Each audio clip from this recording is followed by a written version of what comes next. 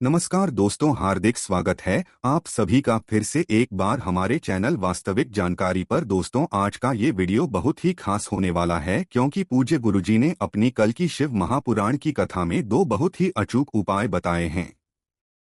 गुरुजी ने कहा कि जब आपको लगे कि आपके जीवन में बहुत ज्यादा निराशा है, संकटों ने चारों तरफ से घेर रखा है, धन प्राप्त नहीं हो पा रहा है, एक एक रुपए को भी खर्च करने से पहले कई बार सोच रहे हैं, कहीं अदालत के चक्कर लगा रहे हैं, कहीं नौकरी के लिए परेशान हैं या फिर अपने व्यापार में तरक्की प्राप्त नहीं कर पा रहे हैं, चारों तरफ से सिर्फ समस्याओं से घिरे हुए हैं, उनसे निकलने का रास्ता आपको नहीं मिल पा रहा है, तो गुरु जी ने कहा कि आपको इन दोनों में से सिर्फ एक उपाय शिवलिंग के सामने कर लेना है और आप स्वयं देखेंगे कि कुछ ही दिनों के अंदर महादेव आपकी बड़ी से बड़ी मनोकामना को बहुत ही जल्द परिपूर्ण कर देंगे। तो चलिए जानते हैं उस विशेष उपाय के बारे में, लेकिन उससे पहले एक प्रार्थना, अगर आप चैनल पर नए हैं तो कृपया चैनल को सब्सक्राइब अवश्य कर लें।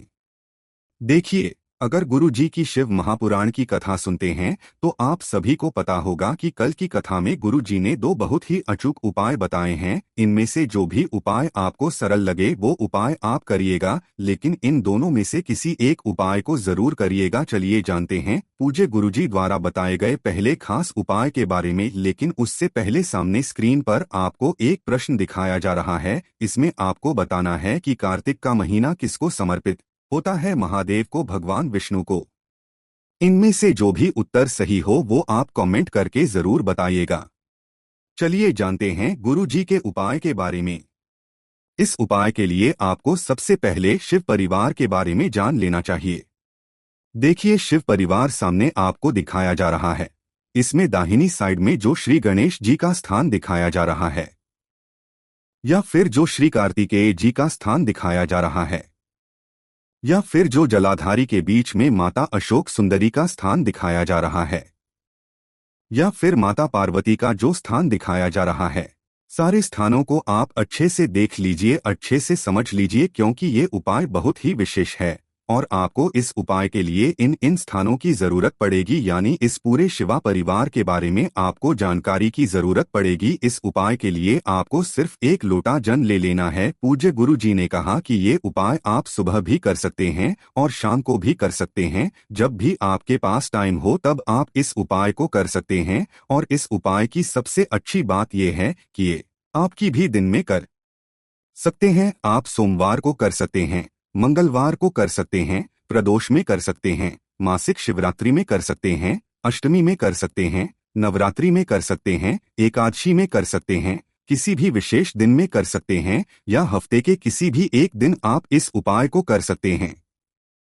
गुरुजी ने कहा कि ये एक लोटा जल लेकर आप शिवालय पहुंच जाइएगा और सबसे पहले कोशिश करिएगा कि आप दक्षिण दिशा में बैठ जाइए और उत्तर दिशा की तरफ आप अपना फेस कर लीजिए। लेकिन साथ ही साथ अगर में भीड़ है तो गुरुजी कहते हैं ऐसी स्थिति में आप किसी भी दिशा में बैठकर शिवलिंग की पूजा प्रार्थना कर सकते हैं। अगर आप दक्षिण दिशा में बैठकर करते हैं तो महादेव आपकी प्रार्थना को जल्दी स्वीकार कर लेते हैं। देखिए, आप सबसे पहले आप जो ये एक लोटा जल लेकर गए हैं इसको श्री गणेश जी वाले स्थान में थोड़ा सा समर्पित कर दीजिए और मंत्र का स्मरण कर लीजिए। अभी सामने आपको जैसा वीडियो में समझाया जा रहा है ठीक ऐसे ही आपको ये उपाय करना है, तो आपकी मनोकामना बहुत जल्द ही परिपूर्ण हो जाएगी।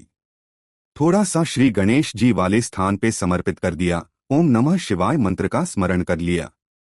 फिर दूसरे नंबर पर आप श्री कार्तिकेय जी वाले स्थान पर थोड़ा सा जल समर्पित कर दीजिए और ओम नमः शिवाय मंत्र का स्मरण कर लीजिए। फिर तीसरे नंबर पर आप माता अशोक सुंदरी वाले स्थान में थोड़ा सा जल समर्पित कर दीजिए और ओम नमः शिवाय मंत्र का स्मरण कर लीजिए। फिर चौथे नंबर पर आप माता पार्वती का जो हस्त कमल होता है, यानी जिस स्थान पर शिव पिंडी रखी होती है, जिस पर शिवलिंग रखा हुआ रहता है, वो माता पार्वती का हस्तकमल कहलाता है और इसी स्थान पर आपको थोड़ा सा जल समर्पित कर देना है और साथ ही साथ ओम नमः शिवाय मंत्र का स्मरण कर लेना है। फिर बाकी बचा हुआ पूरा जल आप शिवलिंग के ऊपर धीरे धीरे समर्पित करते जाइए और लगातार शिव महापुराण के मूल मंत्र स्मरण करते जाइए। देखिए, पूज्य गुरुजी ने कहा कि जल आप इतने धीरे समर्पित करिएगा शिवलिंग में, जब आप बचा हुआ पूरा जल समर्पित करिएगा इतने धीरे धीरे समर्पित करिएगा कि जल समर्पित करते हुए आप कम से कम 11 बार ओम नमः शिवाय मंत्र का स्मरण जरूर कर लीजिएगा। पूज्य गुरुजी ने अपनी कल की कथा में ये बात कही है कि आप कुछ दिन इस उपाय को करिएगा और हम यकीन दिलाते हैं कि कुछ ही हफ्तों के अंदर आपकी बड़ी से बड़ी मनोकामना परिपूर्ण हो जाएगी। जब आप ये जल समर्पित कर दें तो उसके बाद शिवलिंग के सामने बैठकर आपको अपनी वो मनोकामना बोल देनी है जिसके लिए आप ये उपाय कर रहे। अगर धन प्राप्ति की मनोकामना है या विवाह के लिए मनोकामना है या आप अपने व्यापार के लिए या नौकरी के लिए या फिर जीवन में चल रहे संकटों को समाप्त करने के लिए ये उपाय कर रहे हैं तो उसको महादेव से बोल दीजिए और फिर वापस अपने घर आ जाइए।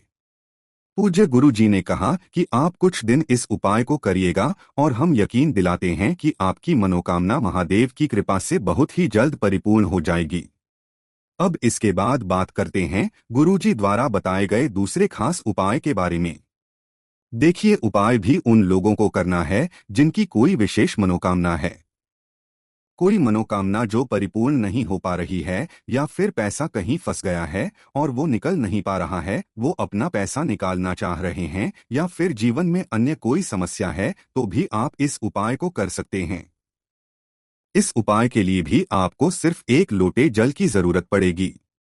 देखिए, आप जो एक लोटा जल शिवलिंग में चढ़ाने के लिए ले जाते हैं वो आप अपने किचन से ही ले जाया करिए। गुरुजी ने कहा कि ये उपाय भी आप सुबह करना चाहें तो सुबह और शाम को करना चाहें तो शाम को कर लें। शिवालय पहुंचने के बाद आप ये पूरा जल शिवलिंग के ऊपर समर्पित करते जाइए और ओम नमः शिवाय मंत्र का स्मरण करते जाइए। फिर आपको लास्ट में थोड़ा सा जल बचा लेना है, चाहे 1 बूंद, 2 बूंद, 4 बूंद या थोड़ा सा जल आपको बचा लेना है और वो जल माता अशोक सुंदरी वाले स्थान पर समर्पित कर देना है। आप लोटे का लगभग 90 से 95% जल शिवलिंग के ऊपर समर्पित कर दीजिए और 2, 4, 5 जल जो बचा हुआ है वो माता अशोक सुंदरी वाले स्थान पर समर्पित कर दीजिए।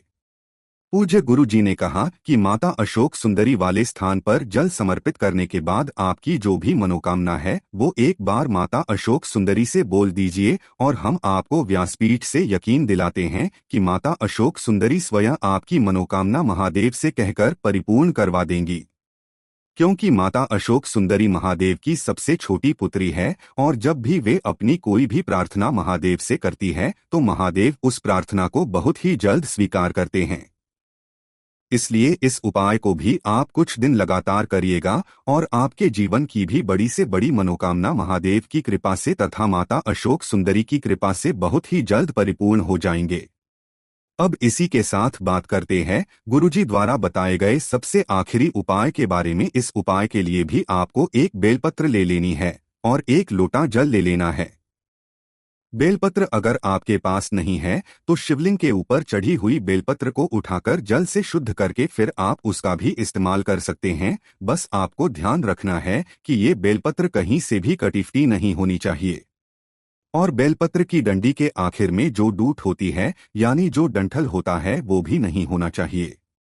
इसी के साथ सबसे आखिर में आपको 11 चावल के दाने ले लेने हैं।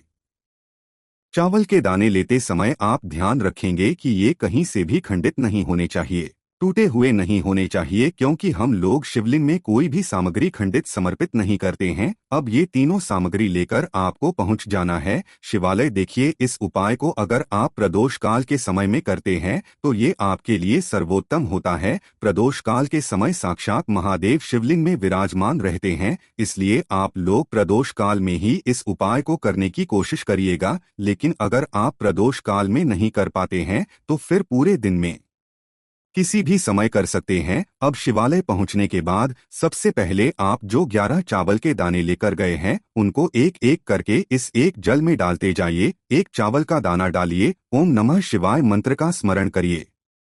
दूसरा चावल का दाना डालिए, ओम नमः शिवाय मंत्र का स्मरण करिए।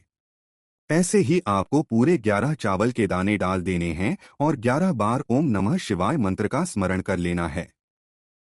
फिर इसके बाद सामने आपको वीडियो में समझाने का प्रयास किया जा रहा है। जैसे ही ये एक बेलपत्र आपको हथेली में रखी हुई दिखाई जा रही है, ये एक बेलपत्र आपको अपनी हथेली में रखनी है। बेलपत्र की डंडी आपको अपनी तरह रखनी है और बेलपत्र की चिकनी साइड का हिस्सा आपको ऊपर रखना है और फिर इसी बेलपत्र के ऊपर आपको ये एक लोटा जल रख लेना है। अब इस एक लोटे जल को ऐसे ही आप शिवलिंग के ऊपर धीरे धीरे समर्पित करते जाइए और कम से कम 11 बार ओम नमः शिवाय मंत्र का स्मरण करते जाइए। अब अगर आपके लोटे में चावल के दाने बच गए हैं तो उनको निकालकर शिवलिंग के ऊपर समर्पित कर दीजिए और आपके पास जो एक बेलपत्र है उसको आप माता अशोक सुंदरी वाले स्थान पर समर्पित कर माता अशोक सुंदरी वाले स्थान पर समर्पित करते हुए आप ध्यान रखिएगा कि बेलपत्र की चिकनी साइड का हिस्सा माता अशोक सुंदरी वाले स्थान पर टच करेगा और बेलपत्र की डंडी जलाधारी की तरफ रहेगी। सामने आपको जैसा दिखाया जा रहा है ठीक ऐसे ही आप ये उपाय करिएगा। इसके बाद महादेव से अपनी मनोकामना बोल दीजिएगा। धन प्राप्ति की कोई मनोकामना है तो वो बोल दीजिएगा और फिर वापस अपने घर आ जाइएगा। पूज्य गुरु जी ने कहा कि अगर आप इस उपाय को अपने धन प्राप्ति के लिए कर लेते हैं, महादेव आपके धन के भंडार बहुत ही जल्द भर देंगे और आपके जीवन से दुर्भाग्य समाप्त हो जाएगा तथा सुख समृद्धि की प्राप्ति होगी। तो दोस्तों, ये थे पूज्य गुरु जी द्वारा बताए गए कुछ बहुत ही खास उपाय। अगर आपको जानकारी अच्छी लगी हो तो वीडियो लाइक करिएगा। श्री शिवाय नमस्तुभ्यम। हर हर महादेव।